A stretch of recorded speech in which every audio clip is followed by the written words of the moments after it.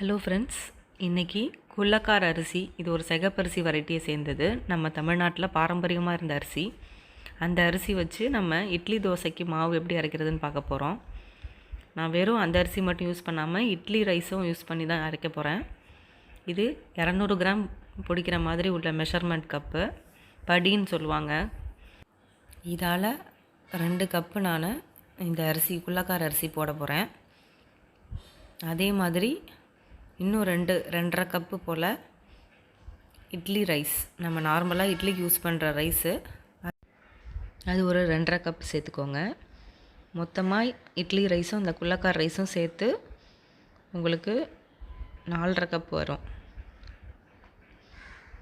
இதுக்கு நம்ம கருப்பு உளுந்து தான் யூஸ் பண்ண போகிறோம். கருப்பு உடைச்ச உளுந்து. அதோட ஹெல்த் பெனிஃபிட்ஸ் உங்களுக்கு நிறைய பேர் தெரிஞ்சிருக்கும். இது ரெண்டையும் சேர்த்து நம்ம இட்லி தோசை அரைச்சி சாப்பிடும்போது நமக்கு வேணுங்கிற ஸ்கின்னுக்கு தேவையான பெனிஃபிட்ஸ் ப்ளஸ் பிபி சுகர் எல்லாத்துக்குமே இந்த அரிசி ரொம்ப நல்லது. இது கூட கொஞ்சம் வெந்தயம் போடுறேன்.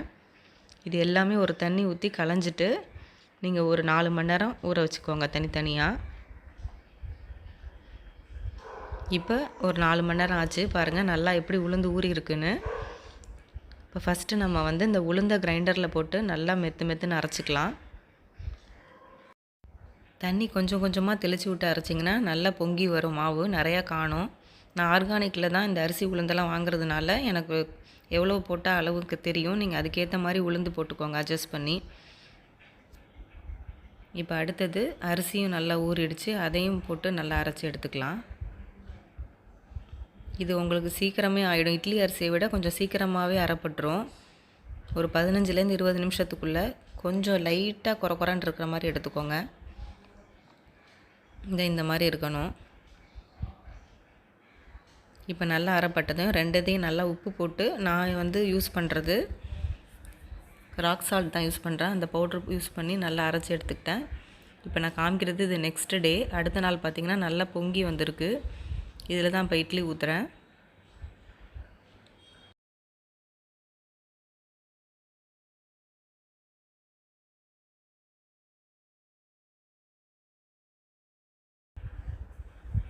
ஒரு 10 நிமிஷம் மூடி வச்சு எடுத்தோன்னா சூப்பரான இட்லி இப்போ ரெடி ஆகிடும் பாருங்கள்.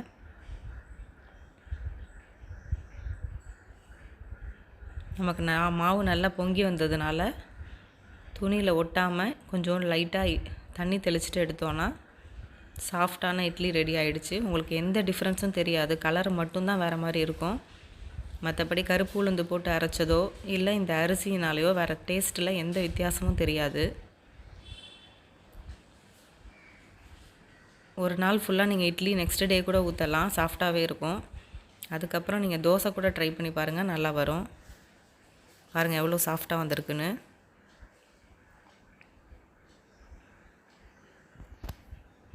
இப்போ நான் தோசை ஊற்றி காட்டுறேன் பாருங்கள். நீங்களும் இந்த குள்ளக்கார அரிசியும் கருப்பு உளுந்தும் போட்டு இட்லி தோசை அரைச்சி பார்த்துட்டு எப்படி இருந்துச்சுன்னு சொல்லுங்கள். தேங்க்யூ.